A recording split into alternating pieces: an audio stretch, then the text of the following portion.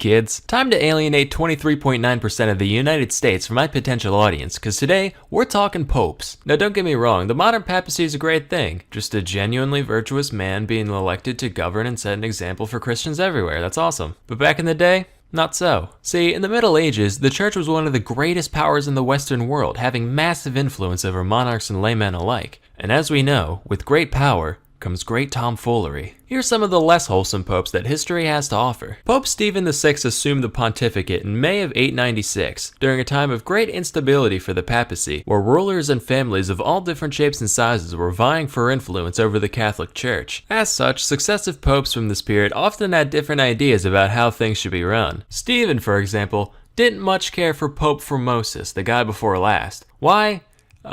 It's complicated. Even if I could wrap my head around all this, it'd probably be boring as hell, so just take it on good faith that Steve had a lot of beef with Formosus. So much beef, or as we call it, papal bull, that Stephen couldn't even be happy that the dude was already dead. So he had the 8-month-old corpse of Formosus dug up, dressed up in pope clothes, sat down on a throne, and literally put on trial, with a deacon appointed to give all his responses for him. So you thought you could get away from the law with that little dying stunt of yours? Well, tell me, Mr. Thrombosis, did you violate canon law, commit perjury, and pretend to be a bishop when you weren't? Yes, pasta fazool, I am a fool.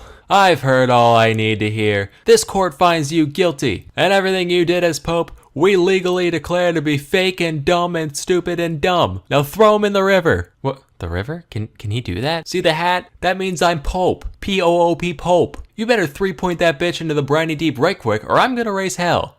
Metaphorically. So they threw him in the river. This whole thing caused an uproar among Formosus supporters, and after Formosus's corpse was allegedly seen performing miracles at the riverbank, Stephen ended up being overthrown, imprisoned, and executed by strangulation. The body, now slimy and disgusting, was fished out of the Tiber and reinterred in St. Peter's Basilica, where it rests to this day. Next, we'll talk about John XII. This guy already looks like one of my characters. Why don't we just, yeah, there we go. This guy ascended to the throne when he was just 18 years old, which is insane. If I was elected world's biggest hat wearer at that age, you better believe things would get real unpapal real quick. I'm talking gambling, hookers, setting fires, and toasting to the devil. And when you know it, these are all things John XII did. It's said that he took the sacred palace and literally made it into a whorehouse. Matter of fact, while researching the guy, I stumbled across this list of sexually active popes. This is a real Wikipedia article. Take a hike, toilet paper orientation, daddy's got a new favorite. John is featured prominently on this list, of course. He had a thing for widows for some reason. Personally, I'm not big on weepy old hags. I'm more of a carefree young hag type of guy, but to each their own. He also banged his niece a bunch, which not the most virtuous act, but you know, Middle Ages and bloodline, fucking whatever. His playboy lifestyle eventually caught up to him though, leading to the Synod of Rome, where everyone got together to talk about what a piece of shit he is so they could kick him off the throne. Besides all the deviancy, there was a lot of things they had problems with. For one, someone once offered John some money to ordain a 10-year-old as a bishop, and he was just like, alright, I would have done it for free, honestly. Look how big those robes are on him, that's hilarious. He also had a deacon ordained in a horse stable, just like, oh, for fuck's sake, alright, let's get this over with.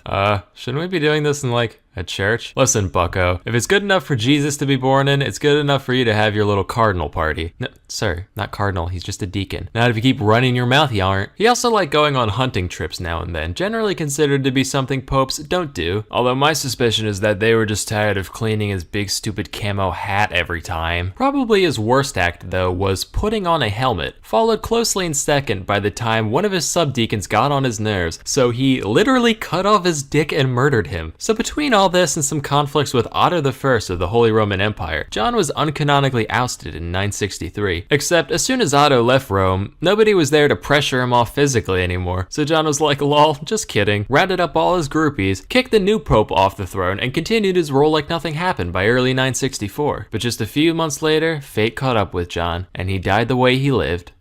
Committing adultery. Now let's be real, we all have our little guilty pleasures in life. Some people like a nice bag of Cheetos, others like scented candles, or poorly drawn educational videos. Alexander VI liked watching horses fuck. According to Vatican chronicler Johann Burckhardt, he would specifically arrange for his stallions to be introduced to mares in heat outside his palace, and he'd stand up on his balcony to watch them violently mate, which just tickled him pink for some fucking reason, and he'd laugh uproariously during the entire spectacle. He also once threw a party in the palace called the Banquet of Chestnuts, also referred to as the Joust of Whores. Wait a minute, horse jousting, horses banging. Was dyslexia a thing back then? Nah, but during the banquet, Alexander had 50 of Rome's finest raggedy harlots line up and strip down for him and his guests, which, by the way, included 2 of his children, which, by the way, he had many children, but at this point hardly a concern. Guests began throwing chestnuts at the ladies, who got down on their hands and knees and scrambled frantically, like the cook at Denny's when I held him at gunpoint, trying to collect as many as they could. After this went on for a while, Alexander was like, alright kiddos, game time. Whoever can bang the most broads before the night's over wins Rome's finest silks, and the only condition is that anybody who makes a joke about nutting on some more cases of stiff lifting from the days of yore. If you haven't seen part 1 yet, go check it out. Or don't. I'm a YouTuber, not a cop, unfortunately. This first tale doesn't feature an entire dead body, but I still found it interesting enough to talk about. So one day in 2012, a priest was riding a train out of Italy when his bag got stolen by a trio of thieves. Inside the bag was whatever normal personal possessions the guy happened to own, as well as a small vial containing the blood of none other than Pope John Paul II. So this begs the question, why did the priest have Pope blood in his bag? Well, an important way that the Catholic Church honors saints and other venerated individuals is the keeping of relics. These relics are ranked in terms of how close they were to the person at hand. You got something that's tangentially related to a saint in any way, that's a 3rd class relic. If it's a personal possession of a saint, it's 2nd class. And as for 1st class relics, those typically consist of literal body parts and or fluids of a holy figure. Now for you youngsters out there, in 1981 the Pope got shot 4 times by some fascist having a bad day. People are like, holy shit, it's a popicide! Is that even a word? No, I'm okay. Oh. Say, who left all this 1st class relic lying around? So to this day, there remain 3 objects containing the fine-aged poppy juice spilled that fateful afternoon. The vial was found a few hours later by police among the reeds and grass near the station, which basically means the thieves took one look at it and were like, blood? I already make this myself. Lame, and tossed it out without a second thought. Here's the thing though, that's not the only instance of old JP2 getting blood napped. In 2014, a similar relic was yoinked from the church of San Pietro della Ienca in Italy alongside a crucifix. The fact that these were the only items taken led to 2 prevailing theories. Some people thought that, since John Paul II wasn't technically a saint yet, the relic's value would go way up once the man was actually canonized, so the thieves decided to take it now and resell it later. The other theory was way more popular with the media. After all, what use does Pope blood have other than satanic rituals? This story naturally got a lot of press, and the whole world just kind of assumed that Lucifer himself was set to return any day now. Eventually, the thieves confessed, so authorities came to the rehab facility they were staying at. They returned the cross, but when questioned about the relic, they were like, wait, what? Pope blood? Satan? Do you guys need to check in here too? Eventually, it was found in a rubbish bin on the facility grounds, which means once again, it was just casually tossed out as nonsense. You ever throw out Pope blood? Because apparently, multiple people have done that on separate occasions just in the past 7 years. It doesn't end there, of course. In 2016, this happened a 3rd time when a piece of cloth with John Paul fluid on it was taken from Cologne Cathedral. I can't for the life of me find a follow-up to this story, which leads me to believe that they're just like, fuck it, Pope blood's more trouble than it's worth at this point. But if you guys can find some conclusion to where it ended up, let me know below. Now, our next story begins with a man named Karl Tanzler, a German-born radiology technologist in early 20th century Florida. He looked kind of like Sigmund Freud, except even more evil looking. On the inside, he was a pretty normal dude, other than the fact that he claimed to have visions throughout his life of some mysterious dark-haired girl. Anyway, in 1930, while working at the Marine Hospital in Key West, he met a young woman by the name of Maria Elena Milagro de Hoyos, called Elena for short, and he said, "Oh my god, that's the girl from the visions I've been having." Yeah, wait, what? "We were meant to meet today. We must be soulmates." What? Don't you have like a wife and 2 kids? Destiny.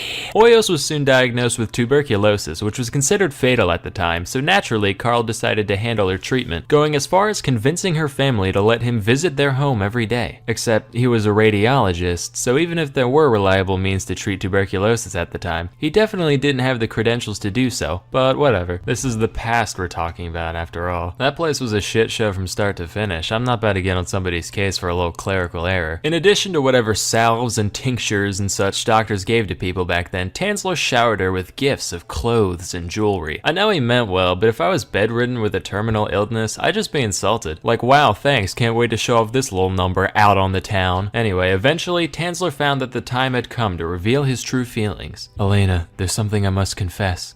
I'm deeply in love with you. I'm so glad you feel the same. Hoyos inevitably succumbed to the disease, leaving Tansler heartbroken. He just wasn't ready to part ways with his pestilence-riddled sweetheart, so he asked the family's permission to commission an above-ground mausoleum for their daughter. And since this was the early 20th century, they said, what a sweet, selfless man.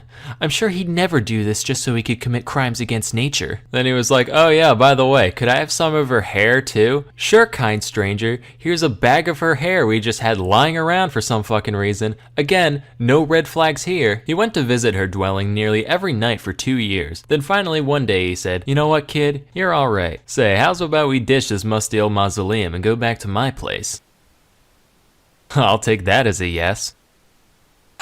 So he took her home in a little red toy wagon, which is ridiculous. It makes me picture him skipping around, whistling a merry tune. Hey neighbor! Now here's a riddle for all you intellectuals out there. What do a dead body and a used PT Cruiser have in common? Sure, they both taste terrible, and you never want to be seen in public with one. Most importantly though, they're a depreciating asset. But hey, that didn't stop old Gnarly Carly from sprucing her up any way he could. Wiring her bones back together with coat hangers, replacing her skin with wax and silk, making a wig out of that bag of hair from earlier, and soaking the body in massive amounts of perfume and disinfectants, for obvious reasons. He claimed to have been instructed to do all this by Elena's spirit, which he would apparently talk to frequently. He also did, you know, that thing eccentric loners do with dead ladies in their house, but we won't talk about that. This went on for 7 years, 7 hot and humid Florida years, until 1940 when Elena's sister saw him dancing with some lady through the curtains. She's like, aw, how cute, I'm glad that old bag of lentils has finally found love. Walks in, comes to find out it's her fucking dead sister. So the cops come, but there isn't any conclusive evidence of any flirting and philandering with the body, so the only crime Carl could have been charged with was grave robbing. Except the statute of limitations was already up by the time he was found out, so they just took the body, tipped their hats, and went on their merry way. Tansler still missed Elena dearly, but since he couldn't have her cadaver, he crafted a crude homemade effigy of the lady, which he lived with for the rest of his life. Here's the part that really gets me though. He apparently went back to live with his estranged wife once the jig was up. Just like, hey babe, I know we haven't talked since the whole corpse thing, but I've been having trouble making rent. Do you think I could come crash for a while? Sure, come right in. I'll take your coats. Would you and the demented life-size replica of your long-dead lover that you left me for like a cup of tea? I'd like one. None for her though. It goes right through her. Our story begins in New York in 1932 with a man named Michael Malloy. Not much was known about Malloy except for the following. He was around 60 years old, homeless, an alcoholic, Irish, and a former firefighter. So one day, a few guys were hanging out in the local speakeasy, including Tony Marino, the owner of the joint, and a couple of regulars by the names of Francis Pasqua and Daniel Kreisberg. And who else stumbles in but old Dusty McGee looking to get his morning fix? Marino's like, you know, I've had it up to here with that Michael Malloy character. He never pays his tabs, smells like the crevice behind an unwashed ear, harasses my clientele. Did you know the Hindenburg disaster didn't actually happen? Yeah, it was an inside job by the government to make Big Zeppelin look bad. Personally, I'm glad. One less industry controlled by the fucking Krauts. The Hindenburg disaster doesn't happen for another 5 years, dumbass. Ah, bite me. And every day, he ends up like that. So Pasqua's like, yikes, seems like quite the dilemma on your hands. Lucky for you, I've come up with the perfect solution. Let me hear it. I say we deploy a ploy to destroy that unemployed Malloy. Shut up. Anyway, go on. I'll take out a life insurance policy on him. Then we let him drink as much as he wants. Obviously he's gonna kick it. I mean, look at him. No self-control. See that? He just drew from the stockpile while there's still moves to be made on the tableau. Oh, I like that joke. Then, once he's dead, we get all the money for ourselves. Win-win. The first part of the plan went through without a hitch. Pasqua took out not 1, but 3 policies on Malloy's life, with Joseph Murphy, a bartender at Marino's, posing as Malloy's brother and being named as the sole beneficiary. In total, the group stood to gain $3,576, which is like 66 grand in today's money. With all that in place, they begin the second part of the plan. Hey, Malloy. Good to see you, man. Say, what happened to your arm? Yeah, the other day I got in a fight with a goose. Got bit pretty bad. Been leaking pus for about a week now. But hey, I got the breadcrumbs.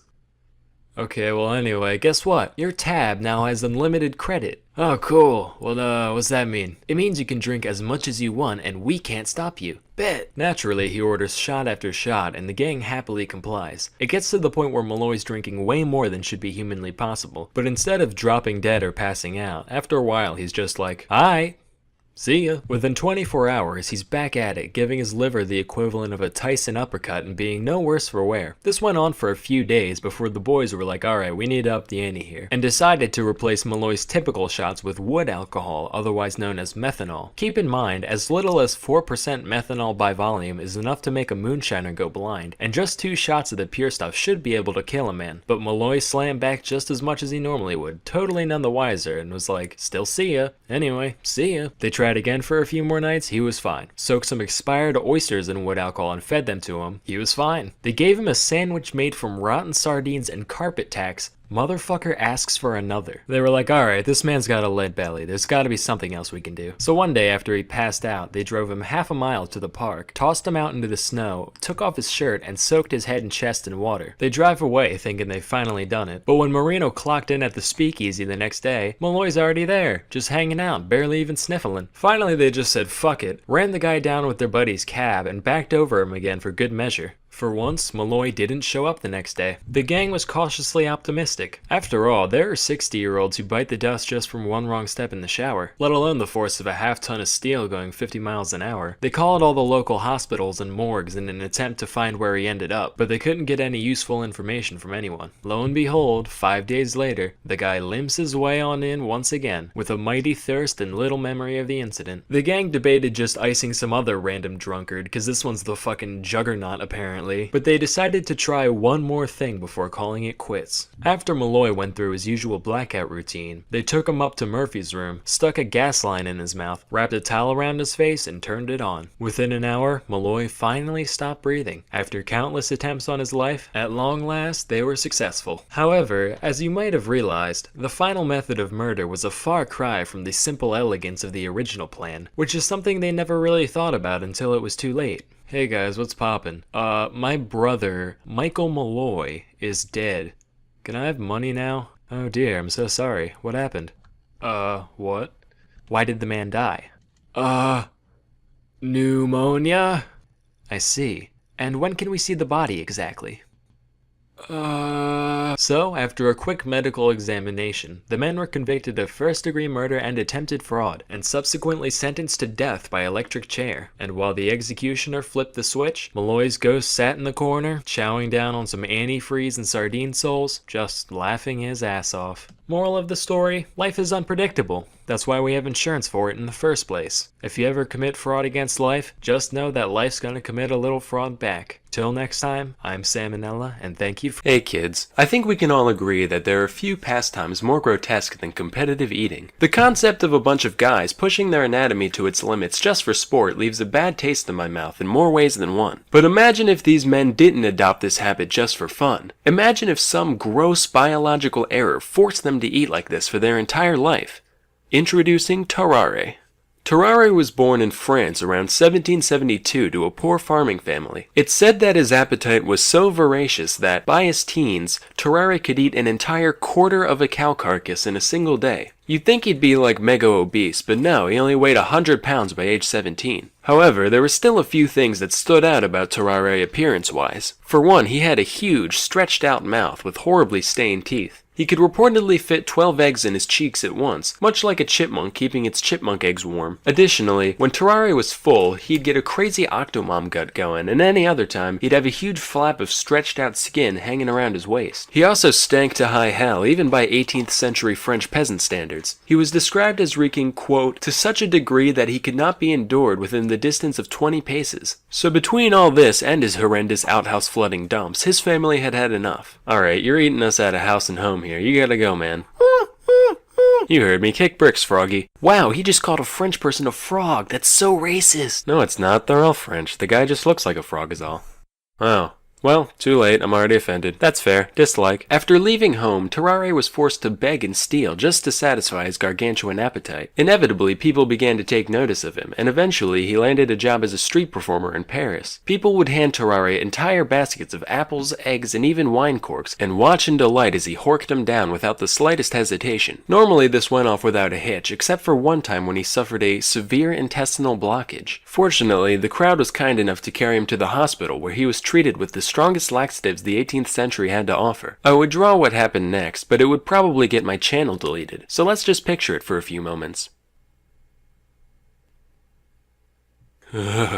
Moving on. Cut to the year 1792. This marks the beginning of the War of the First Coalition. Ever heard of it? Me neither. Who was in it? Fucking everyone. Anyway, Terraria decided to enlist in the war. After all, maybe that profound emptiness he was feeling was just a lack of purpose in life. Turns out, no, he really was just psychotically hungry. Even after being granted quadruple rations, Terraria would still be digging through the trash pile whenever he got the chance. After suffering extreme exhaustion, he was sent off to the military hospital in Souterrain. The staff there was so dumbfounded by the man's abilities that they decided to keep him there to run a few experiments. The first of which involved putting Terraria in a room with a meal prepared for 15 people. Naturally, he ate the entire thing and immediately fell asleep. Next, they presented him with a raw eel. In response, Terraria crushed the eel's skull between his teeth before slurping down the entire creature in one go.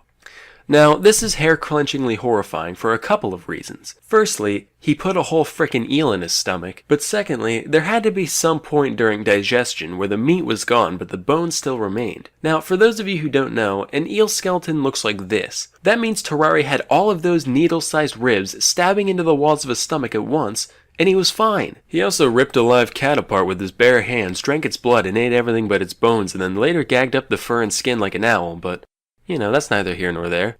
After reviewing our data, I've come to the scientific conclusion that, yeah, we got a goddamn demon on our hands. But as we all know, with great devour comes great responsibility. Since Terraria was still technically enlisted, the military decided to utilize his abilities for the greater good. Hey Terraria, it's me, the General. Listen, could you eat this box with a note in it for me? If you do it, we'll give you a wheelbarrow full of bull organs. Lo and behold, 2 days later, he passed the container in mint condition and was given his reward as promised. With this proof of concept, they made him an official spy and sent him into Prussia with a document in his belly, to be delivered to an imprisoned French colonel. Unfortunately, there are a couple things Terraria couldn't do that are generally important when sneaking into another country. A, he couldn't speak German, and B, it's pretty hard to maintain a low profile when you're running around like a madman wolfing down garbage and mutilating small animals. So he ended up being captured by the enemy. Initially, he kept his mouth shut, for once, but after a whipping and a day in jail, Terraria gave in. After confessing that he did, in fact, have vital intelligence snaking its way through his GI tract, the Prussians chained him to a latrine until the box emerged 30 hours later. The note wasn't actually anything important, so they just mock-executed him, gave him a severe beating, and sent him on his way. After all that, Terraria returned to life at the hospital, desperate for a cure for his condition, but nothing they ever tried worked. Meanwhile, the man's endless hunger continued to get him into all sorts of trouble. He'd often sneak out of the hospital to eat the scraps behind the local butcher and fight stray dogs in the alley for their precious garbage. He'd also seek out patients undergoing bloodletting in order to take all their life juice for himself. On several occasions, he was even caught attempting to eat bodies in the mortuary. By this point in my research, I was so desensitized to this guy that I didn't even bat an eye when I first read that. I was just like, alright. Guess he must have been hungry. Anyway, the hospital staff begrudgingly tolerated Terraria's buffoonery, until one day when he went too far. Well, Terraria, you've only had 3 mess hall raids, 4 miscellaneous trash-related mishaps, and 1 cadaver defiling, so I'd say, so far, this week's been pretty good. Doctor, we should probably inform you that a 14-month-old child has gone missing from their room. Terraria, look at me. Did you eat a fucking baby? Terraria was promptly kicked out of the hospital and spent 4 years out and about doing, whatever horrific shit you can imagine. When he came back, he was suffering from advanced tuberculosis and died shortly after arrival. During his autopsy, the surgeons found that, when they looked into his mouth, they could see all the way down his throat and into his stomach cavity. As you can imagine, his whole abdominal region was profoundly deformed. Basically, if this is a normal human, this is what they found inside Terraria. Just like the man's mind, we can see that around 90% is devoted towards food and 10% towards everything else. So, moral of the story here is that No, you know what? Not even I can find anything resembling a moral here. Not all stories have a point to them. Sometimes they're just sad and disgusting from beginning to end. Kids, whether you're a precocious young lad down by the swimming hole or a grizzled crime scene investigator, everybody's got some interest in dead bodies. Yes, from Weekend at Bernie's to Weekend at Bernie's 2 to Weekend at Bernie's 3 Revelations, stories about wayward corpses have certainly carved their niche in today's media. So, I thought I'd spin a few yarns about some real-life people who were kept out far past their expiration date. Our first tale follows one Elmer McCurdy. He was an outlaw during the twilight days of the Wild West. Thanks to his former life as a minor, McCurdy acted as the demolitions expert to his little posse, using nitroglycerin basically any time he had the faintest excuse to do so. Except, he was kind of a moron, so it didn't usually go quite as planned. Gotta say, after peanut butter and chocolate, my favorite combination of two things is probably gross incompetence and high explosives. Example, in March of 1911, McCurdy's band of rabble-rousers found out that $4,000 were in a safe in an approaching train. They managed to stop the entire locomotive, I don't even know how you do that, break in, hold everyone on board hostage, and locate the safe. McCurdy steps up to plate, right? Gotta blast the thing open, except I guess the excitement kinda got to him, because he ended up using like way too much nitroglycerin, like inordinate amounts. Ended up completely destroying the safe and its contents, and what few silver coins they made out with were literally melted to the frame of the safe and had to be peeled off. Anyway, he died in a shootout with police later that year, and the undertaker at the funeral home he was sent to couldn't find any next of kin on account of McCurdy being a rambling low-life varmint. So he just embalmed the hell out of him and said, "Hey boys and girls,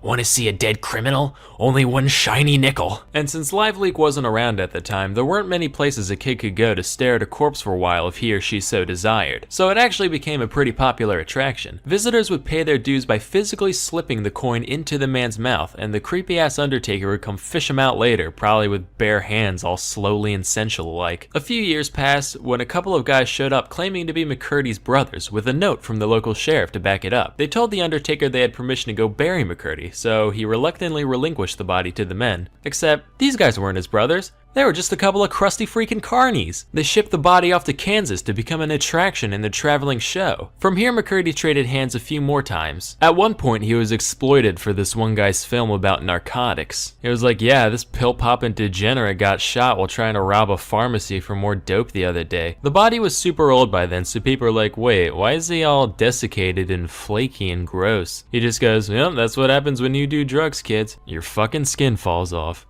Stay above the influence. At some point in his journey, he ended up getting coated in wax and paint to look a little less rotty, before ending up in a warehouse in 1949. Here's the thing, he was in there alongside some actual wax figures, and after spending 19 years in storage, nobody knew he was a real corpse anymore, so he ended up getting sold in 1968 as a mannequin to one Spoony Singh, owner of the Hollywood Wax Museum. He tried to lend the guy out a couple times during his stay, but people found him too gross or unrealistic looking for whatever purposes they had in mind. So he ended up getting sold again and used as a prop of a hanged man at the Pike Amusement Zone in their Funhouse ride, with zero knowledge that he was an actual dead criminal. It wasn't until 1976, 65 years after his death, that an episode of The $6 Million Man was being filmed at the complex, and a stagehand tried to move the prop around only to have its arm break off in his hand. He was like, ugh, lousy stiff. Wait a minute, that's curious. This mannequin's got human flesh and bones inside of it. Wait a minute. Uh-oh. The autopsy confirmed what everyone present at the time suspected. By this point, the body was so dried out and stale that it only weighed 50 pounds, which makes me think we should start a radical new fad diet where we just get people to mummify parts of their body. Like, Jenny, guess what? I just lost 30 pounds in 5 days. Wow, holy heck, how'd you do that? They call it the Egyptian cleanse. Anyway, with that, McCurdy was finally laid to rest back in his homeland of Oklahoma, and that film crew's lives were never the same again. Flashback to late 18th century. Baloney. There lived a physician by the name of Luigi Galvani. This guy was a big deal. He's the dude who discovered that, hey, animals got electricity in them. And his legacy still survives today in words like galvanize. One of his most famous experiments was the one where he used static electricity to make frog legs twitch on command. Around these parts, we call that the French salute. Stereotypes funny. Well, in 1803, his nephew, Giovanni Aldini, said, hey, that's pretty nifty and all, but what if we tried it on people? So the city of London was like, hey, now you're thinking with portals. One freshly executed criminal coming up. Aldini gathered a crowd and applied 2 diodes to the corpse's head, causing his face to scrunch up and one eye to flick open. Aldini was a showman though, he wanted some real action, so he then put the current through opposite points in the body, which made the whole thing flail around like Pinocchio in heat. Now today we know he was just exciting the dead muscles, right? But the people who were watching had no idea what was going on, so they were like, Jesus Christ, this guy's a fucking necromancer. Quick, go get grandma, maybe we can get in the will after all. Fun fact, this experiment actually ended up serving as inspiration for Mary Shelley's Frankenstein, which makes me wonder what other famous novels were based on real life events. Was a white whale ever pursued by a vengeful sea captain? Was there actually a mentally handicapped migrant worker who liked hugging rabbits to death? Was there ever a human soul as profoundly asinine and willfully ignorant as Amelia Bedelia? God, I hate her glassy-eyed face so fucking much. I just want to mash it into a running waffle maker, be like, huh, isn't that ironic? Grab her by her vacant fucking head, throw her out of a 747 and say, hey, why didn't you shoot yourself when you had the chance? Get it!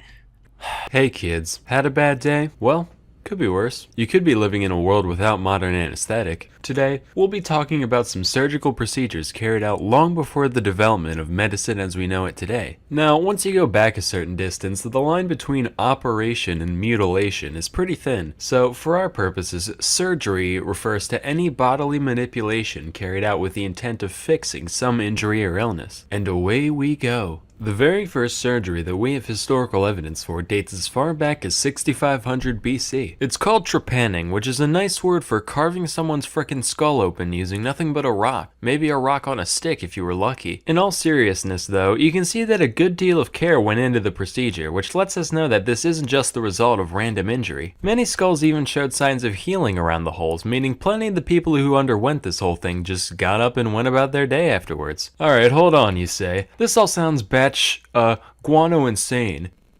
No way this was that common of an occurrence. Well friend, if you've been watching this channel long enough, you should know that if you give human beings the benefit of the doubt, chances are they'll prove you wrong. In fact, so far, over 1,500 trepanned skulls have been dug up all across the globe, from Europe to China and even the Americas. This means that between 5 and 10% of all skulls that we've found from the Neolithic period have had at least one man-made hole scraped into them. To put it this way, based on that data, there's a greater probability of someone born in the late Stone Age having their brain matter exposed by some shaman with a chunk of flint than someone born in the USA being a redhead. To this day, nobody really knows why this was such a common practice, but most theories tend to revolve around the idea of releasing some kind of dark supernatural force from the patient. Man, I'm getting real sick of all these evil entities infecting our minds and bodies. Huh, you can say that again. I tell you, I need these demons like I need a hole in the head.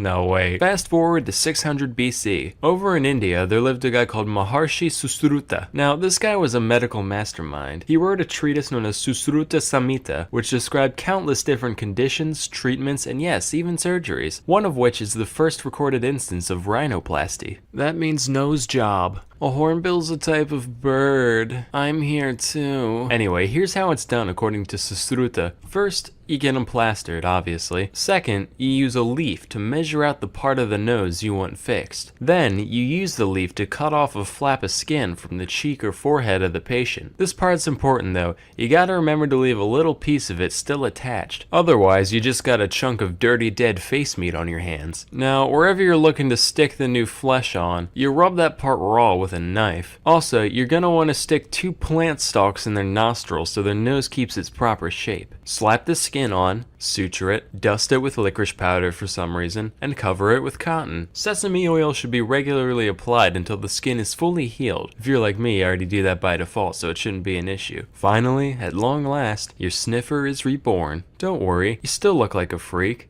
Just slightly less so. Moving on, our next surgery took place in 10th century Spain on Sancho I of Leon, otherwise known as Sancho the Fat. Now, normally back in the day, having some meat on your bones was a sign of wealth and power and all that, but this guy was like TLC documentary tier, to the point where he could hardly function as a human being. So his constituents said, "Greetings, your thickness. Yeah, you can't be king anymore on account of you keep breaking every horse we give you, and nobody wants to wash between your accordion-like neck folds no more. After his adipose got him deposed, Sancho decided to seek medical help for his condition, under the oversight of well-reputed physician Hasdai ibn Shaprut, which is an anagram for paintbrush aids. Now, if there's one thing that medieval man understood, it's practicality. Lap band, gastric bypass, belly balloon, these all exist to help people who don't have the self-control to stop eating so much on their own. But Dr. Chapadou didn't believe in beating around the bush. He said, well, why don't we just stop the patient from shoving food into his own greasy maw in the first place? And decided to just up and stitch the dude's lips together. After the operation, the only nutrients that Sancho received came through a straw, in the form of a mixture known as thoriaca, which was a complex blend of several herbs, fruits, and seeds, including opium. It was basically the closest thing you could find to lean at the time, and lean he became, losing around half his weight before ascending to the throne once more. So this is the part of the video where I pander to the desires of the audience. If there's one thing I know you internet people can't get enough of, it's things going inside people's eyeballs.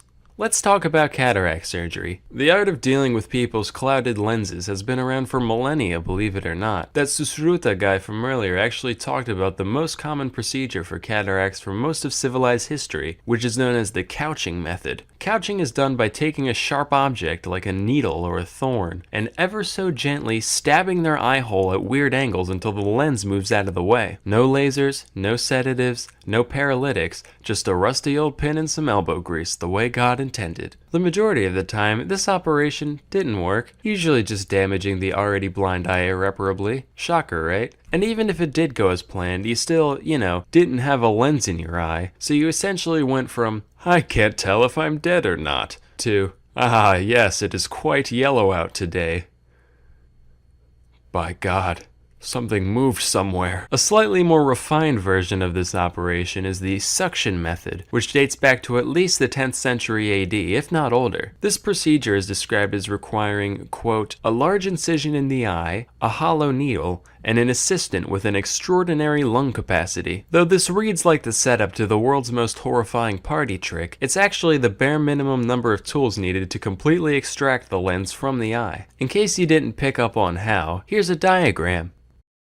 This method generally saw a greater success rate and fewer complications than its non-extracting counterpart. So hopefully you can sleep well tonight knowing that the number of human beings who have sucked a piece of somebody's living eyeball through a straw is above zero. Anywho, let's all just be thankful that we live in an era where procedures like these are a thing of the past.